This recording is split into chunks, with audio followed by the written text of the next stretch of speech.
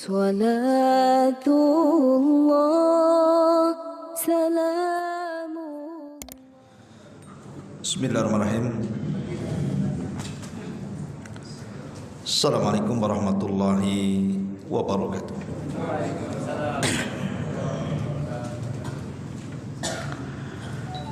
Alhamdulillah, wassalatu wassalamu ala rasulillah wa ala alihi wa sahbihi wa mawalah wa la hawla wa la quwata illa billahi wa ba'du. Alhamdulillah, segala puja dan puji hanya milik Allah subhanahu wa ta'ala. Salawat dan juga salam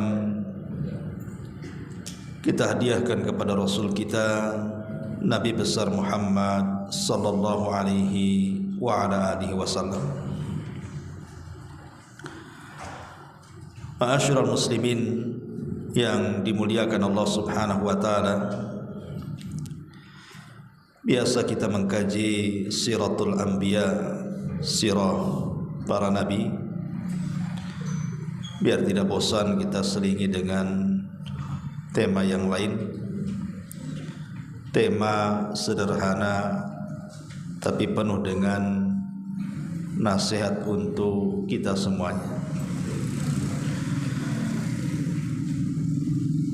Ma'asyiral muslimin yang dimuliakan Allah subhanahu wa ta'ala, tema di malam hari ini kita akan membahas tentang beberapa penyebab dan juga obat dari setiap permasalahan hidup manusia. Kita tahu bahwa setiap manusia pasti akan dilanda dengan kebingungan, stres. Itu sebuah kepastian. Kan Allah subhanahu wa ta'ala mengatakan wa tilkal ayyam nudawiluha bainan nas. Hari-hari itu diputarkan oleh Allah subhanahu wa ta'ala di tengah-tengah manusia. Jangan lagi kita sekelas Nabi sallallahu alaihi wasallam saja hidupnya diputarkan oleh Allah subhanahu wa ta'ala, terkadang senang, terkadang sedih, terkadang bahagia, terkadang juga gundah gulana. Itulah kehidupan Nabi sallallahu alaihi wasallam. Di permulaan dakwah Nabi sallallahu alaihi wasallam tidak ada satupun manusia yang menghormati Nabi. Itu di permulaan dakwah. Siapa yang menghormati Nabi di permulaan dakwah? Tidak ada. Yang ada justru Nabi sallallahu alaihi wasallam malah diejek. Dikatakan gila, dikatakan tukang sihir, dikatakan tukang tenun, pemecah belah, macam-macam. Tetapi seiringnya waktu, setelah hijrahnya Nabi sallallahu alaihi wasallam dari Mekah ke Madinah dan Islam pun menyebar, maka Nabi sallallahu alaihi wasallam dimuliakan dan dihormati banyak manusia. Berawal dari dihinakan, berakhir dengan dimuliakan. Begitu hidup manusia. Ada yang tadinya hina menjadi mulia, ada pula terbalik yang tadinya mulia menjadi hina. Seperti Abu Lahab, Abu Jahal, itu orang mulia di zaman jahiliyah.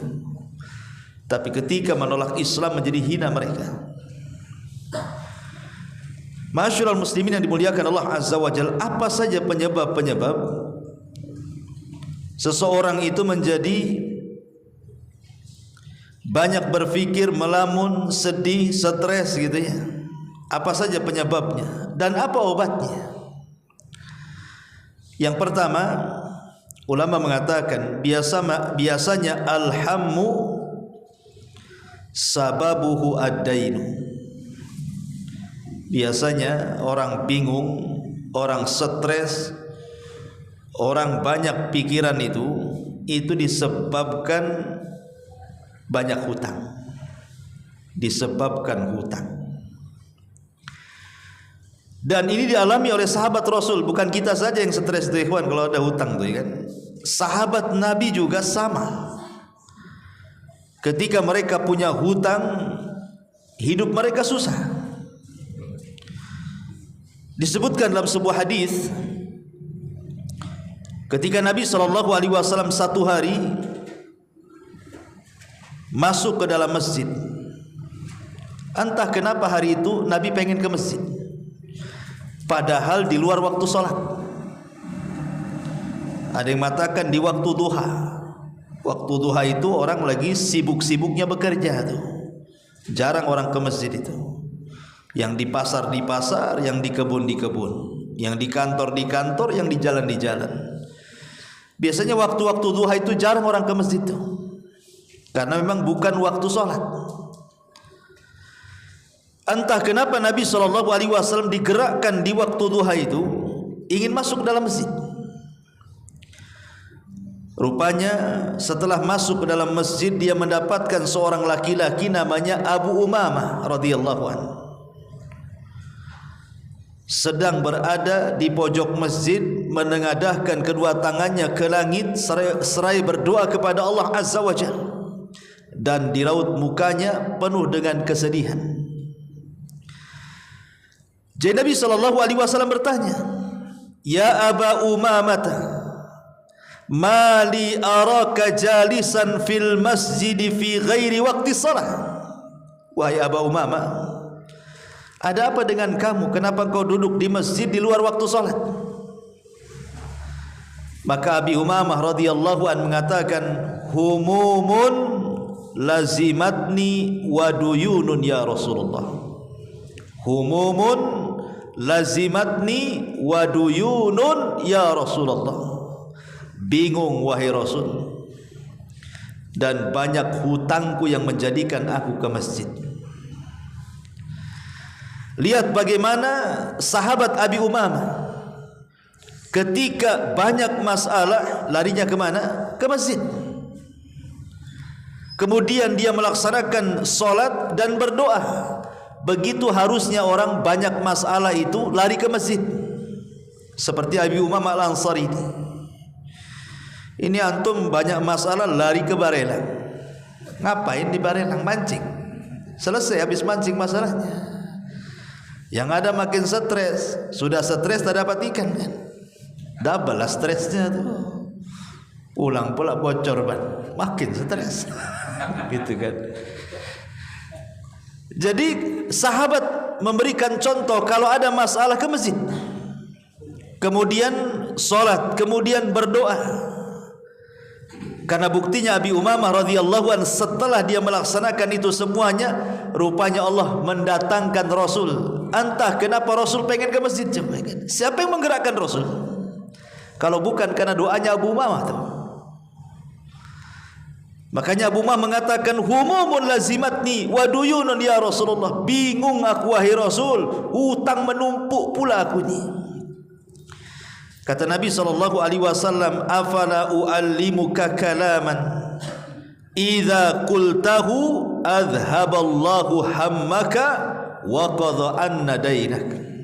Wahai Abu Umamah, maukah ku ajarkan kepadamu satu ucapan yang engkau kalau mengucapkannya dan mendawamkannya, kujamin Allah akan hilangkan kebingunganmu dan Allah akan lunaskan hutang-hutang.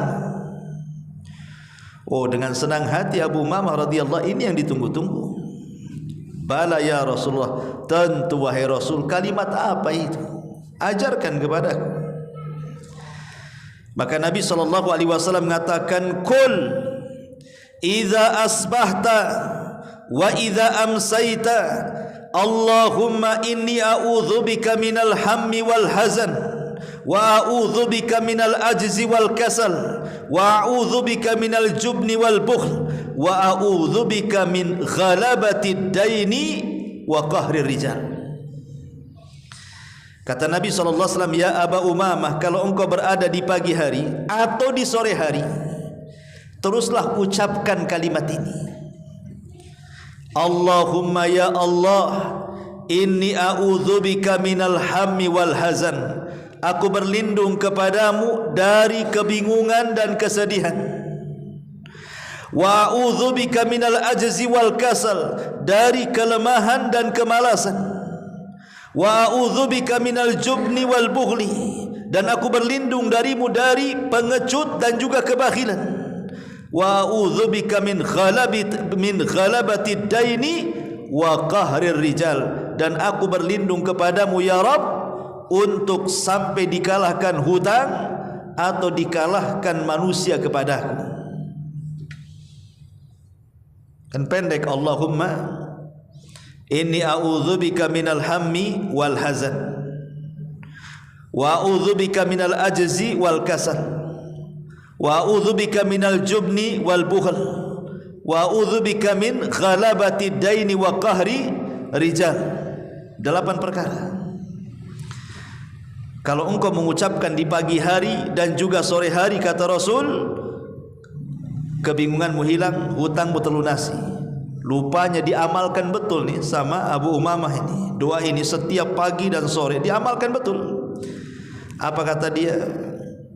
Fakultu dzalika fa adhaballahu ta'ala hammi wa ghammi wa qada daini. Setelah aku amalkan kalimat itu, hilanglah stresku, hilanglah bingungku, dan terlunasilah hutang-hutangku. Rawahu Abu Dawud. Maka ini yang pertama, yang menyebabkan orang bingung itu adalah hutang. Makanya ada istilah hutang itu membuat orang tidak bisa tidur malam dan membuat hilang di siang hari. Malamnya bingung, siangnya hilang. Itu orang punya hutang biasanya gitu. Coba saja antum dihutangi uangnya, kemudian kita cari itu sudah waktu temponya tuh, siang-siang nggak ada dia di rumah tuh, entah sembunyi di kolong ranjang, tahu pokoknya nggak ada lah, ya kan? Pergi dia, nanti malam-malam tuh ada, itu pun udah bingung dia. Makanya kenapa Nabi SAW mencela soal utang piutang itu, dan tidak dianjurkan umat Islam itu untuk berhutang. Boleh berhutang itu kalau terpaksa, dan harus membayar hutang-hutangnya. Sebab salah satu yang menjadikan orang stres itu gara-gara hutang piutang. Maka niatlah kepada Allah untuk membalasnya, untuk membayarnya, dan jangan lupa sering-seringkan membaca doa ini yang diajarkan oleh Nabi kepada Abi Umamah. Ini yang pertama. Kemudian yang kedua, yang menyebabkan seseorang itu stres bingung adalah alhammu sababuhu at-tafkiru fil mustaqbal. Bahwa bingung itu disebabkan karena terlampau banyak mikir sesuatu yang akan berlaku, sesuatu yang akan terjadi, sesuatu yang akan datang. Dia bingung loh, udah dipikirkan loh hari ini tuh. Terutama kalau bicara masa depan itu biasanya bicara masalah pekerjaan tuh, atau masalah anak-anak. Apa yang harus saya makan besok? Kira-kira pendidikan anak saya gimana? Stres dibuatnya tuh. Ma'asyiral muslimin yang dimuliakan Allah Azza wa Jalla, ingat bahwa kalau itu soal pekerjaan, maka itu bicara soal rizki. Dan kalau soal rizki itu ikhwan, rizki itu sesuatu yang sudah ditakdirkan dan sesuatu yang sudah dicatat lagi. Artinya karena sesuatu yang sudah ditakdirkan dan dicatat, rizki itu tidak mungkin kemana. Sampai ada perdebatan antara Imam Malik dan Imam Syafi'i.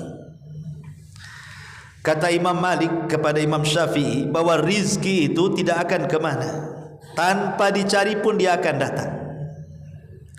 Kata Imam Syafi'i, tidak wahai Imam, rizki itu harus dicari. Jadi Imam Malik berpendapat rizki pasti datang, gak usah dicari pun dia datang dia. Tapi kata Imam Syafi'i tidak, rizki itu harus dicari, bekerja baru dapat rizki. Kemudian setelah perdebatan ini keduanya pergi. Akhirnya Imam Syafi'i rahimahullahu taala kemudian berangkat menuju sebuah tempat safar di tengah jalan. Kemudian dia melihat ada kakek-kakek yang sedang menggendong satu karung kurma. Dan kakek itu sudah tua, berat. Ya, kayaknya berat kali dia gendong satu karung kurma itu. Jadi oleh Imam Syafi'i rahimahullah ta'ala karena kasihan, ditolonglah kakek itu. Kemudian separuh kurmanya dibawa dia sampailah ke pasar. Kemudian sebagai imbalannya kakek ini pun memberikan beberapa kurma yang dibawanya. Dari sini Imam Syafi'i punya hujah bahwa yang namanya rezeki itu harus kerja. Sebab kalau seandainya dia tidak membawakan kurmanya kakek itu, mana bisa dia dapat upah kan? Jadi dia ingin jadikan dalil kepada Imam Malik itu, dibawanya kurma upah itu. Kemudian datang kepada Imam Malik, kemudian mengatakan, ya Imam, sudah saya katakan bahwa rizki itu harus kerja. Buktinya nih saya dapat kurma setelah saya membantu orang tua. Gini saja wa Imam, ini saya bagi dua, ini untukmu dan ini untukku. Kata Imam Malik, rizki itu tak payah kerja. Buktinya saya tak kerja dapat kurma. Saya lo tak kerja kamu kasih kurma saya. Mana yang benar kan itu? Imam Syafi'i mengatakan kerja dulu baru dapat rizki. Kata Imam Malik tidak, buktinya saya diam saja dapat kurma katanya. Kau yang kasih katanya kan. Artinya dari sini ma'asyiral muslimin yang dimuliakan Allah Azza wa Jalla, terkadang ada rizki itu yang harus dicari, terkadang ada yang datang sendiri. Itu maksudnya. Seperti ada dulu pernah saya ceritakan, ada seorang bersaudara, dua orang bersaudara, kakak beradik. Adiknya pemalas, nggak mau dia cari uang. Yang bekerja kakaknya memang luar biasa rajinnya. Akhirnya kemudian kakaknya ngomong sama adiknya, kalau engkau ingin makan kerja. Kata adiknya, bukankah rizki Allah itu tak kemana? Dan saya tidak akan diwafatkan oleh Allah kecuali sempurnakan rizkinya. Kemudian kakaknya marah-marah sama adiknya, kemudian pergi. Dasar gila kamu katanya. Tunggu saja kelaparanmu katanya, kalau kau gak kerja katanya. Akhirnya kakaknya berangkat. Di tengah jalan rupanya ada mangga, ada pohon buah-buahan jatuh, kemudian berserak di jalan. Dalam bahasa fikih namanya luqatah. Ya, barang-barang jatuh diambil. Ketika dia melihat makanan itu, dia terpikir dengan adiknya, kasihan juga katanya. Bagaimanapun tuh adiknya tuh. Kemudian balik lagi membawa luqatah itu, membawa buah yang jatuh itu sambil dilempar. Hah, makan ini katanya. Habis itu kau kerja katanya. Apa kata adiknya? Kan sudah aku bilang bahwa rizki Allah itu tak kemana. Buktinya aku tak kerja dapat mangga katanya. Bayangkan. Subhanallah. Artinya bahwa rizki Allah itu pasti ada. Tapi bagaimanapun ya tidak boleh orang itu hanya menyandarkan dengan doa saja. Seorang muslim harus bekerja. Tapi yang ingin saya katakan bahwa rizki Allah lah itu tidak mungkin kemana, karena Allah sudah mentakdirkan setiap manusia itu dengan rizkinya. Lalu kalau seandainya manusia sudah ditakdirkan dengan rizkinya, ngapain anda bingung? Ngapain anda sedih? Sampai ada orang yang bunuh diri gara-gara ekonomi. Mana akalnya? Dibunuhnya dia, dibunuhnya anak-anaknya, kemudian ditaruhnya surat di situ. Kemudian alasannya apa? Faktor ekonomi. Emangnya yang ngasih makan anakmu itu kamu? Bukan. Yang ngasih makan anak kita itu Allah. Ya, lewat tangan kita. Tapi semua datang dari Allah Subhanahu wa taala. Nahnu narzuqukum wa iyyahum, kami yang kasih rizki kalian dan kami yang kasih rizki anak-anak kalian. Wa ma min dabatin fil ard illa 'ala Allah rizquha, tidak ada satupun binatang yang melata kecuali rizkinya sudah diatur. Dahulu ada seorang ratu di zaman kerajaan Abbasiyah, namanya Ummu Ja'far Zubaidah Al-Abbasiyah, ma'ruf. Zubaidah istri daripada Harun Ar-Rasyid, ya. Jadi Zubaidah ini seorang dermawan, wanita yang sangat dermawan. Jadi adalah orang buta, sama-sama dua orang. Ada dua orang buta, dua-duanya buta. Mendengar bahwa seorang istri raja itu sangat dermawan, akhirnya kemudian kedua-duanya pun ingin, bahasa kitanya ngemis lah ya, ingin meminta sesuatu. Ya karena mereka buta, tidak bisa bekerja. Ya dengan cara meminta-minta itulah caranya. Macam mana caranya orang buta kerja? Gak punya skill, kecuali kau diajak gitu ya. Akhirnya kemudian dua orang ini datang dan berdiri di pintu siapa? Di pintunya istananya Zubaidah ini, Ummu Ja'far ini. Kemudian dua-duanya berdoa dan dilantangkan doanya. Yang satu mengatakan doanya, Allahumma rzuqni min fadli Ummi Ja'far, ya Allah berikan rizki kepadaku atas kemurahan Ummu Ja'far, maksudnya Zubaidah. Dan yang satu mengatakan Allahumma rzuqni min fadlika ya Rabb, ya Allah berikan rizki kepadaku dari kemurahanmu ya Allah. Yang satu berdoa kemurahan Ummi Ja'far, yang satu berdoa kemurahan Allah. Bedanya, doanya beda ya. Jadi doa itu terdengar oleh Zubaidah ini, Ummu Ja'far ini, doa keduanya. Yang satu berdoa meminta karunia Allah, yang satu meminta karunia Ummu Ja'far. Akhirnya Ummu Ja'far ini membuat siasat. Dengan cara apa? Orang yang berdoa, ya Allah berikan rizki kepadaku atas kemuliaanmu, hanya dikasih 2 dirham, dikasih uang 2 dirham. Adapun yang satunya yang mengatakan ya Allah berikan rizki kepadaku atas kemurahan Ummi Ja'far, diberi ayam, tapi dalam ayam itu diisi 10 dirham. Dia nggak tahu kalau dalam ayam itu ada 10 dirhamnya tuh. Begitu setiap hari. Kalau dia berteriak ya Allah berikan rizki atas kemuliaanmu, dikasih 2 dirham.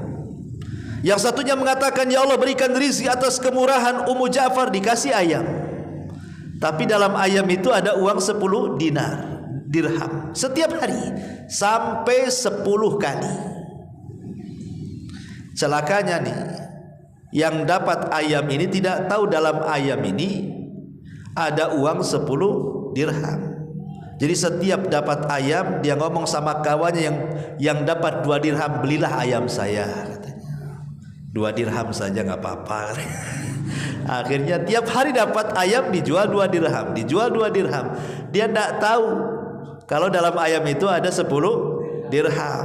Jadi enak tuh yang kawannya itu dapat ayam dapat 10 dirham, yang satunya dapat 2 dirham saja kan gitu ya. Jadi setelah 10 kali marah nih Ummu Ja'far Zubaidah ini dan mengatakan kepada yang dapat ayam itu, kamu ini gimana? Kamu sudah 10 kali loh kesini teriak-teriak ya Allah berikan rizki kepadaku atas kemurahan Ummu Ja'far. 10 kali kau kesini, tidakkah kurang? Sudah ku kasih ayam, ku kasih pula kau 100 dirham katanya. Bingung pengemis ini, mana ada 100 dirham katanya, yang ada kasih ayam saja katanya. Dia tidak tahu, kata Ummu Zainab tuh, Ummu Ja'far, tidakkah kau tahu fulan bahwa dalam ayam itu ada 10 dirham setiap hari ku kasih di situ. Tapi lihat kawan tidak pernah berteriak-teriak. Dia hanya berdoa ya Allah berikan rizki diriku. Dia meminta kepada Allah, tapi engkau meminta kepada aku. Lihat hasilnya. Yang minta kepada Allah dapat 10 ekor ayam 100 dirham. Yang satu meminta atas kemurahan Ummu Ja'far dapat 20 dirham saja.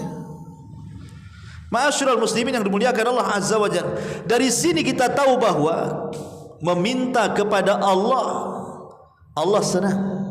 Tapi meminta kepada manusia, Allah murka. Manusia murka. Makanya kenapa Rasul mengatakan dalam sebuah hadis itu, Allah akan marah jika engkau tidak meminta kepadanya, dan Bani Adam akan marah jika engkau selalu minta kepadanya.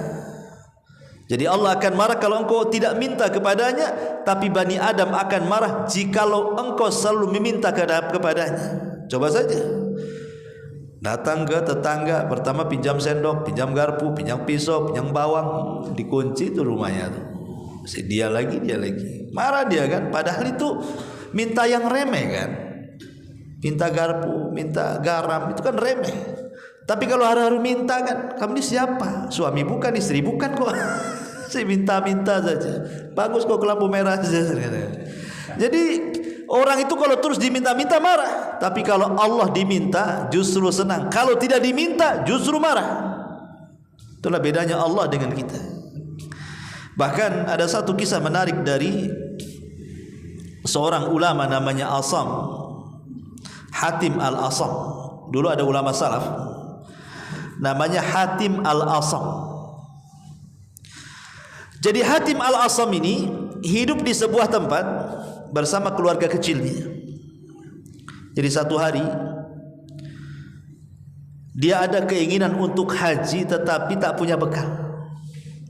Hatim Al-Asam ini pengen haji tapi tak punya bekal, tapi keinginan hajinya kuat. Sampai satu hari banyaklah di daerahnya itu yang berangkat haji dengan menggunakan kafilah. Jadi dia pengen ikutlah, entah jadi pengawalnya, entah nanti kokinya, pokoknya sekalian haji sampai ke Mekah gitu ya. Jadi dia pamit dengan keluarganya. Semua keluarganya menolak. Kalau engkau pergi wahai Hatim, siapa yang ngasih makan kami di sini? Paling engkau memberikan sesuatu untuk kami paling lama 3 hari dah habis. Lalu setelah itu apa yang harus kami makan katanya? Tidak usahlah kau pergi haji katanya. Tapi rupanya ada anaknya yang kecil yang perempuan, anak Hatim Al-Asam ini memberi tahu dan mengatakan, kalau saya berbeda dengan yang lainnya. Pergilah wahai abi, karena yang ngasih rizki bukan kamu, tapi yang ngasih rizki Allah katanya. Pergi saja. Akhirnya kemudian pergilah Hatim Al-Asam ini bersama kafilah. Karena tawakalnya luar biasa, Hatim Al-Asam ini walaupun dia berangkat gitu saja loh, nggak pakai modal.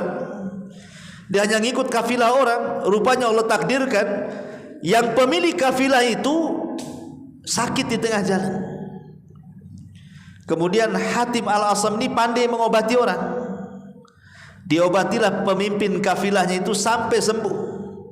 Akhirnya sama pemimpin kafilah itu dia mengatakan, ya Hatim, karena engkau sudah mengobati penyakitku, maka semua ongkos berangkat dan pergimu ke haji aku yang tanggung katanya. Ya, rizki Allah. Tawakal. Ya, tapi jangan nekat. Nekat tuh antum naik sepeda dari sini ke Arab. Ngapain? Ya. Ma'asyiral muslimin yang dimuliakan Allah Azza wa Jalla. Lah, kembali ke keluarganya nih. Hatim Al-Asam ini sudah jauh pergi sana. Ini sudah lewat 3 hari. Perbekalan makanan di rumah mulai menipis. Mungkin bahasa kita beras dah habis, kulkas dah kosong, uang pula tak punya, cemana mau belanja, apa yang mau dimakan, bingunglah keluarganya. Hatim Al-Asam ini. Kecuali yang tenang anak perempuannya. Tapi anak perempuannya mulai disalah-salahkan sama saudaranya. Gara-gara kamu, lihat makan apa kami katanya. Katanya rizki itu dari Allah. Mana katanya. Akhirnya streslah dibuatnya anak perempuan yang tawakal itu. Akhirnya anak perempuan ini berdoa kepada Allah. Lah kebetulan ketika itu ada rombongan Amirul Mukminin lewat di desanya Hatim Al-Asam itu. Jadi pemimpin wilayah itu sedang jalan-jalan bersama para pejabat lainnya, lah kebetulan singgah di desanya Hatim Al-Asam itu. Allah takdirkan Amirul Mukminin kehausan karena kehabisan air. Akhirnya kemudian dimintakan minum. Pas pula yang dimintai minum itu rumahnya Hatim Al-Asam. Kemudian ditanya, ini rumah siapa? Ini rumahnya hamba-hamba dari hamba Allah yang saleh, katanya. Namanya Hatim Al-Asam. Kaget Amirul Mukminin ini. Karena nama itu nama kondang. Nama yang sangat kondang, seorang alim ulama besar. Ya. Akhirnya kemudian dia mengatakan, kata pengawalnya, demi Allah wahai Amirul Mukminin, aku mendengar berita Hatim Al-Asam sedang pergi haji. Dan ini sudah beberapa hari keluarganya tidak makan. Mendengar seperti itu, kata Amirul Mukminin, demi Allah kita harus menghormati ulama. Dia sedang pergi haji dan keluarganya kelaparan. Kalian para pejabat harus mengeluarkan uang kalian masing-masing, kita sumbangkan kepada Hatim Al-Asam dan keluarganya. Subhanallah. Akhirnya dikeluarkan, mau tidak mau pejabat yang lain, karena yang minta presiden. Akhirnya nyumbanglah. Subhanallah. Akhirnya rumah itu penuh dengan harta. Ya, kuasa siapa ngirim Amirul Mukminin lo ngasih uang itu ke Hatim Al-Asam? Itu kuasa Allah. Lalu apa yang disedihkan dari memikirkan kerja, memikirkan rizki? Juga rizki sudah diatur kok. Sudah diatur kemarin lo waktu corona.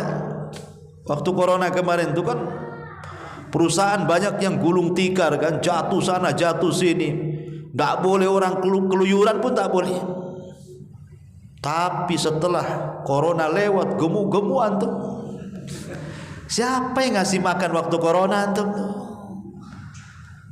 Nggak ada. Orang mati ya mati karena kena corona, bukan kelaparan. Ya kan? Nah dari sini ma'asyiral muslimin, lalu apa yang disedihkan? Kalau orang kemudian gara-gara rizki kemudian terpikir, rizki sudah ditakdirkan. Karena hamba itu tidak mungkin diwafatkan kecuali disempurnakan rizkinya. Lalu apa yang dibingungkan dari rezeki? Atau mungkin bingung anak-anak. Di zaman sekarang kadang-kadang anak-anak tuh yang jadi stres orang tua tuh. Sekolahkan sini nakal, sekolahkan di situ nakal. Dia pikir nanti akan jadi apa nak kok di masa depan nih, katanya. Stres lagi gara-gara anaknya.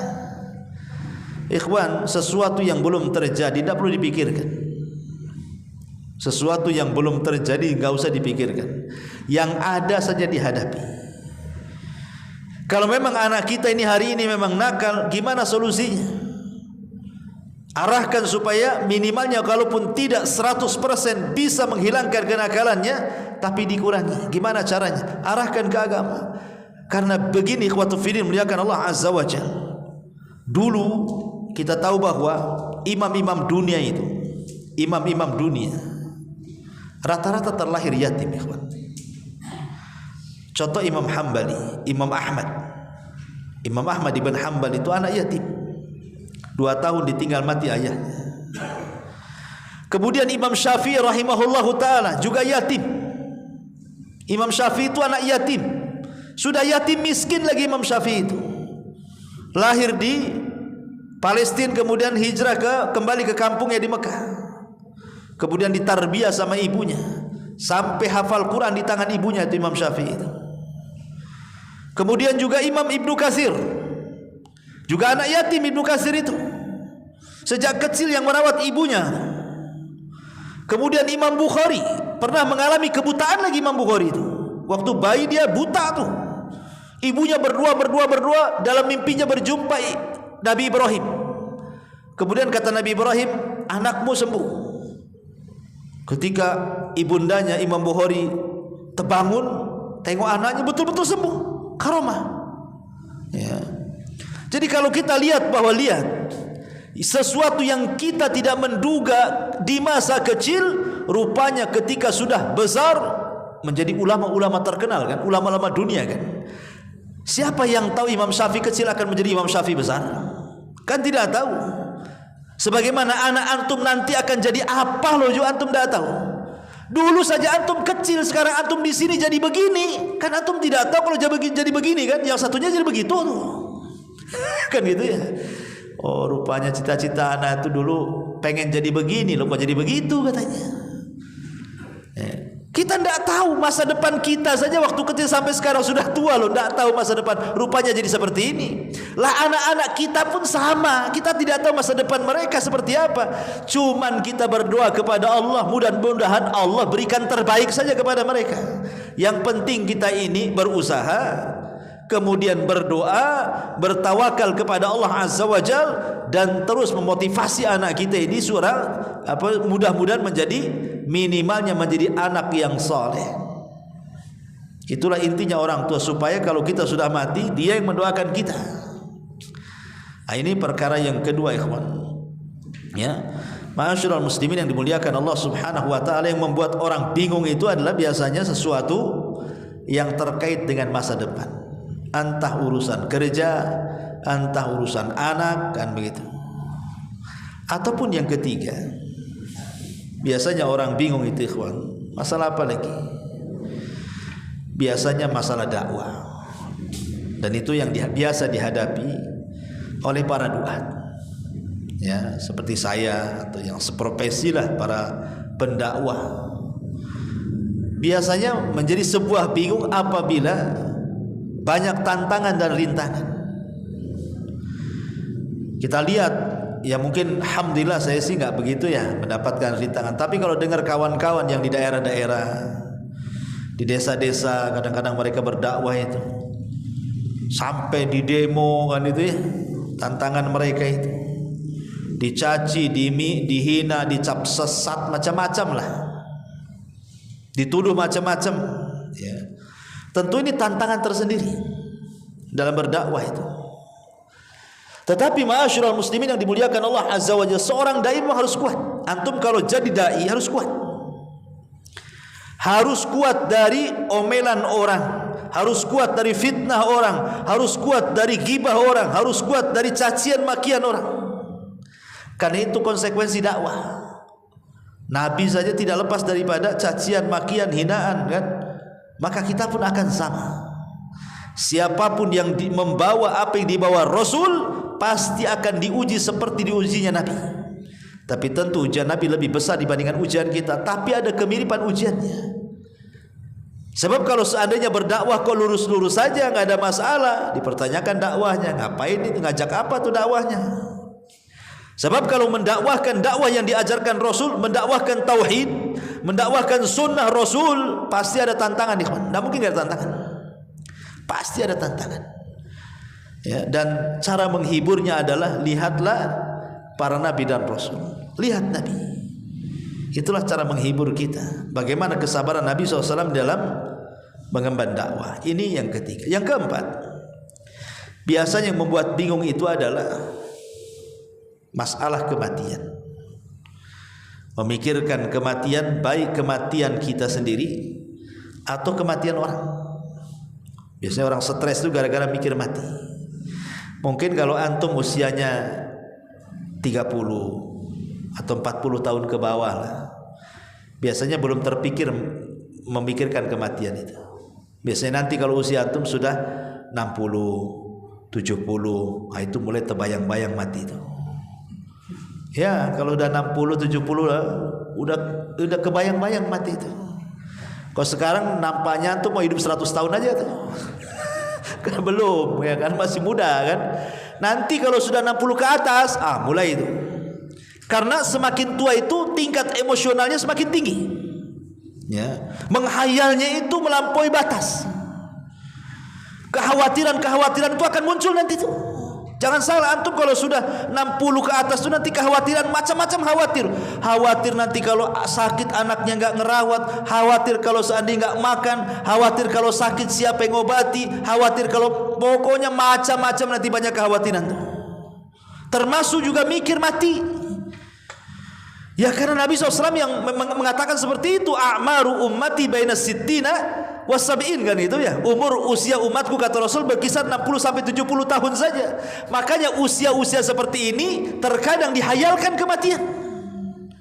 Karena kata Rasul, usia umatku berkisar 60 sampai 70 tahun. Sedikit yang melewati itu.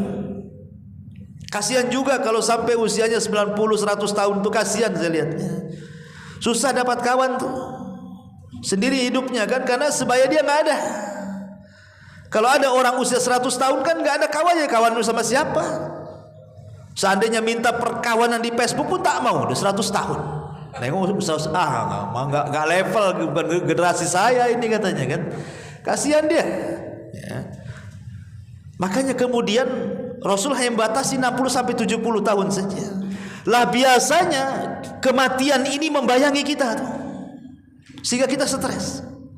Ataupun kematian orang, entah anaknya mati, entah pasangannya mati, entah orang tuanya mati, entah orang yang dicintainya mati, pasti akan membawa stres tuh. Itu bawa stres. Jangankan lagi setingkat kita ya. Nabi SAW saat kematian Khadijah itu tidak bisa lepas tuh. Hampir setahun Rasul tidak bisa melupakan Khadijah. Makanya tahun meninggalnya Khadijah disebut Amul Hazni, tahun kesedihan.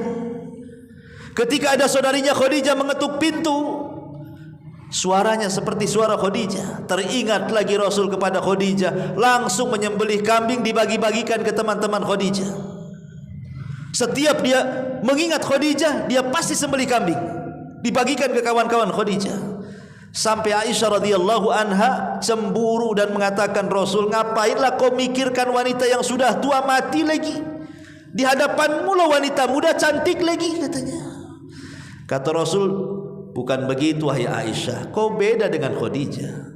Khadijah wanita yang pertama beriman saat manusia kafir.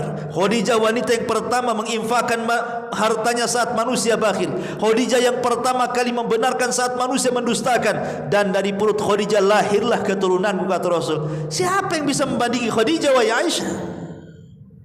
Artinya Nabi sampai setahun gitu ya memikirkan Khadijah. Apalagi kita. Tetapi bukan berarti kita salah memikirkan atau sedih dengan kematian orang. Yang tidak boleh itu kalau berlarut-larut sampai kepada niyahah. Itu tak boleh kalau niyahah itu.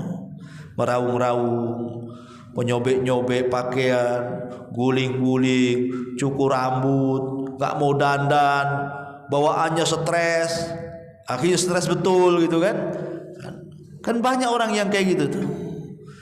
Makanya Nabi SAW itu satu hari menasihati ada seorang wanita. Wanita ini baru kemalangan, meninggal anak perempuannya.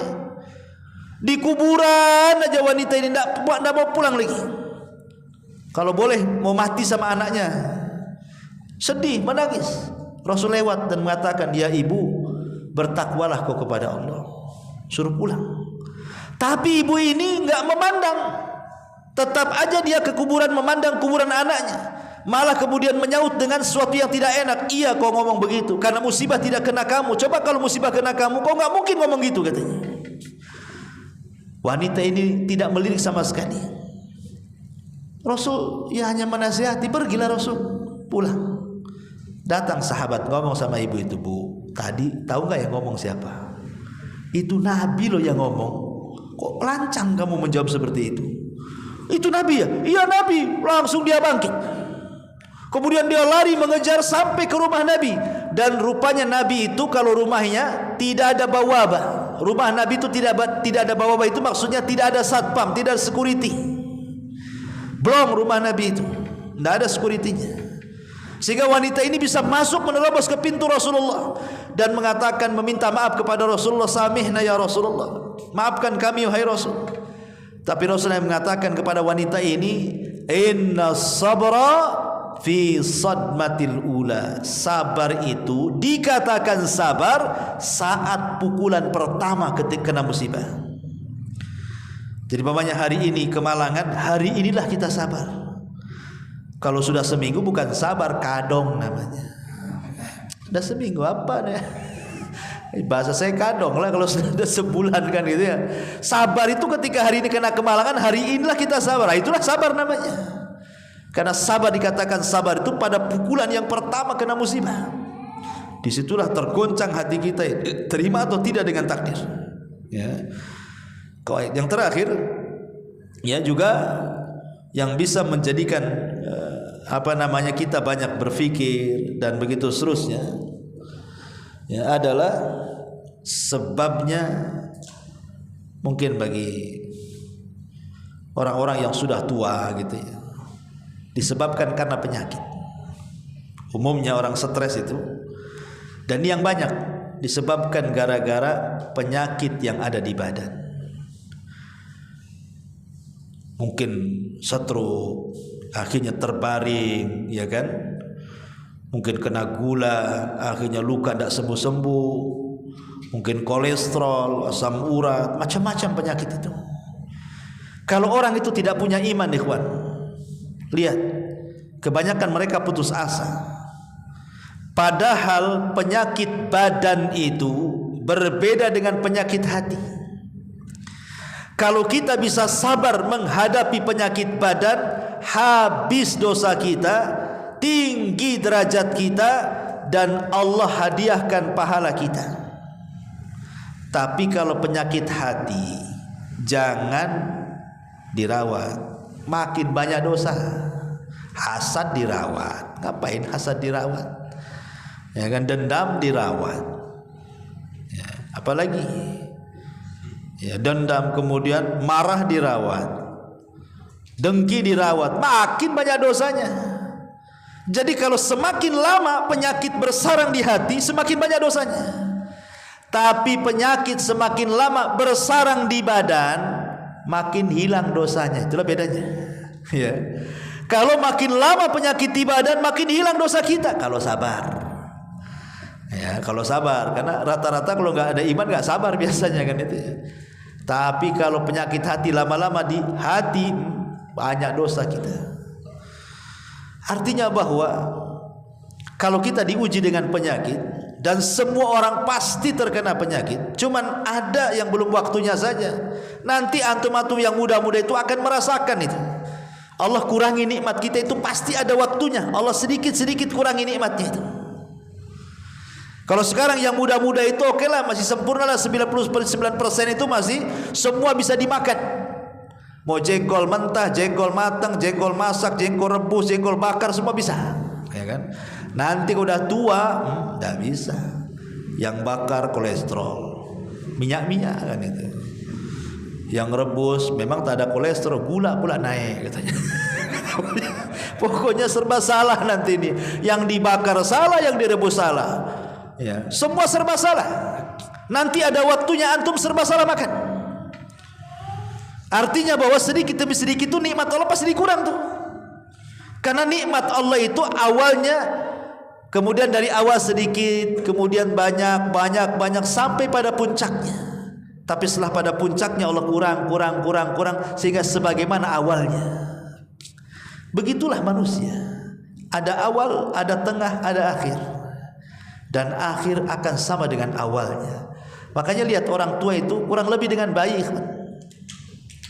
Kalau bayi kita rawat masih lucu, orang tua dirawat jengkeli, ya kan? Nah, tapi memang harus sabar. Justru disitulah pahalanya. Ya. Kalau anak kecil, kita punya anak kecil nih dirawat, dia sakit, pengen hidup, jangan sampai mati. Kalau orang tua nih sakit, kapan matinya ini gitu. Kan gitu ya. Itulah bedanya kita merawat anak bayi dengan orang tua tuh. Tapi nanti akan ada masa-masanya seperti itu. Itu yang dikhawatirkan orang sudah tua ini. Kalau saya sakit cemana. Jadi apa tidak positif cara berpikirnya itu, negatif sama cucu-cucunya, sama anak-anaknya itu. Ya kayaknya mau atau mati aja kayaknya nih orangnya. Karena orang tua itu sensitifnya luar biasa. Dan itulah anak harus sabar. Makanya pentingnya kita mendidik anak yang soleh dan soleh itu, supaya ketika kita sudah tua, mereka paham tanpa harus diminta. Karena sehebat apapun anak itu berbuat baik kepada orang tua, tidak mungkin sebanding berbuat baiknya orang tua kepada kita. Nggak akan ada ceritanya. Makanya di zaman dulu, di zaman Umar bin Khattab radhiyallahu anhu mengatakan, ya Amirul Mukminin, saya sudah persis seperti orang tuaku berbuat baik kepadaku. Dulu orang tuaku yang menceboki aku, sekarang aku yang menceboki dia. Dulu orang tuaku yang menyuapi aku dan memberikan minum kepadaku, aku sekarang yang meminumi dan menyuapinya. Pokoknya apapun yang dilakukan orang tua, ku lakukan. Cukupkah wahai Amirul Mukminin? Kata Umar, tidak. Tidak. Karena orang tuamu ketika merawat dirimu diharapkan kehidupanmu, tapi engkau merawat orang tuamu diharapkan kematiannya. Kan gitu. Coba kan antum nih, pamannya nih, orang tua sakit, antum sudah berusaha masukkan rumah sakit mana di sini, antum harus jual mobil, jual rumah, jual tanah, ujung-ujungnya mati juga. Apa kata antum itu? Memang sudah waktunya. Kan gitu ya. Mau diapakan lagi? Udah waktu, udah tua juga. Kan gitu ya. Tapi kalau antum punya bayi, antum usahakan disembuhkan itu, kemudian meninggal, rasanya itu sedihnya nggak ada. Nah kalau bagus aku aja yang mati. Itu kalau bayi itu. Ya. Tapi kata-kata itu nggak ada sama orang tua. Ya, nggak ada yang mengatakan Pak aku aja yang mati gitu. Nggak ada. Itu sudah waktunya katanya. Memang udah waktunya meninggal. Mau diapakan lagi katanya. Udah tua juga. Ya. Kasihan juga kalau hidup katanya. Masih kasihan kalau hidup, dibayangkan. Itu kan lebih baik mati namanya. Ada lah orang yang bahasanya kok kayak gitu ya. Jadi intinya bahwa lah kematian ini sesuatu yang dipikirkan. Tetapi kalau kita melihat manusia terbaik Nabi SAW itu juga ditimpa dengan ujian kematian. Saat di perut ibunya dia sudah yatim, meninggal ayahnya. Belum lagi brojol ke bumi dia sudah yatim. Kemudian brojol ke bumi baru usianya 6 bulan, 6 tahun, meninggal pula Aminah ibunya, yatim piatu. Baru dia mendapatkan rawatan kakeknya Abdul Muthalib 2 tahun, meninggal lagi lah kakeknya. Bayangkan. Kemudian berpindah kepada Abu Thalib, hidupnya susah. Akhirnya kemudian setelah lama-lama dia pun dapatlah kesenangan menikah dengan Khadijah. Khadijah meninggal pula setelah Hasr, pemboikotan. Kemudian anak-anaknya baru punya anak Abdullah, Qasim dulu belum usia genap setahun meninggal. Kemudian Khadijah hamil lagi, punya anak Abdullah, itu setelah diangkat jadi nabi itu meninggal lagi. Kemudian punya anak laki-laki lagi Ibrahim, tapi dari Maria Kiptiah, meninggal lagi. Kemudian anak perempuannya meninggal, Rasul masih hidup. Zainab meninggal, Rasul masih hidup. Ruqayyah meninggal, Rasul masih hidup. Ummu Kulsum meninggal, Rasul masih hidup, kecuali Fatimah. Fatimah meninggal setelah Rasul meninggal 6 bulan. Tapi semua anak-anak Rasul meninggal saat Rasul masih hidup, baik anak laki-lakinya atau anak perempuannya. Coba bayangkan, anak laki-lakinya 3-3-nya meninggal di waktu bayi, anak perempuannya 3-3-nya meninggal ketika Rasul masih hidup. Sebelumnya ayahnya meninggal, ibunya meninggal, kakeknya meninggal, pamannya meninggal. Ingat, kalau antum cerita kesedihan orang meninggal, Rasul harusnya orang yang paling sedih, tapi dia orang yang paling sabar untuk dijadikan contoh bahwa semua orang itu pasti meninggal. Kalau anda pernah meninggal anak, Rasul pernah meninggal anak. Anda pernah meninggal istri, Rasul meninggal istri. Anda pernah meninggal orang tua, Rasul meninggal Rasul. Apalagi alasan kita ya. Tetapi yang paling sedih bagi Rasul itu adalah 2 kematian. Pertama Khadijah, yang kedua Ibrahim, putra beliau. Sampai-sampai dia menangis 3 hari Rasul itu karena kematian Ibrahim. 3 hari menangis. Ketika Abdurrahman ibn Auf bertanya, ya Rasul, kenapa kau menangis? Bukankah kau yang melarang tidak boleh meratap? Kata Rasul kepada Abdurrahman ibn Auf, ya Abdurrahman, ini bukan ratapan, ini tangisan rahmat, tangisan kasih sayang orang tua kepada anak. Wajar saya menangis karena beratnya saya berpisah dengan Ibrahim, maksudnya putra Maria Al-Qibtiyah. Wallahu a'lam bishawab. Ikhwatu fillah, muliakan Allah Subhanahu wa taala, mudah-mudahan ada manfaatnya. Ini nasihat saja. Tutup dengan doa kafaratul majlis. Subhanaka wa bihamdika asyhadu an la ilaha illa anta astaghfiruka wa atubu ilaik. Allahu ta'ala. Assalamualaikum warahmatullahi wabarakatuh.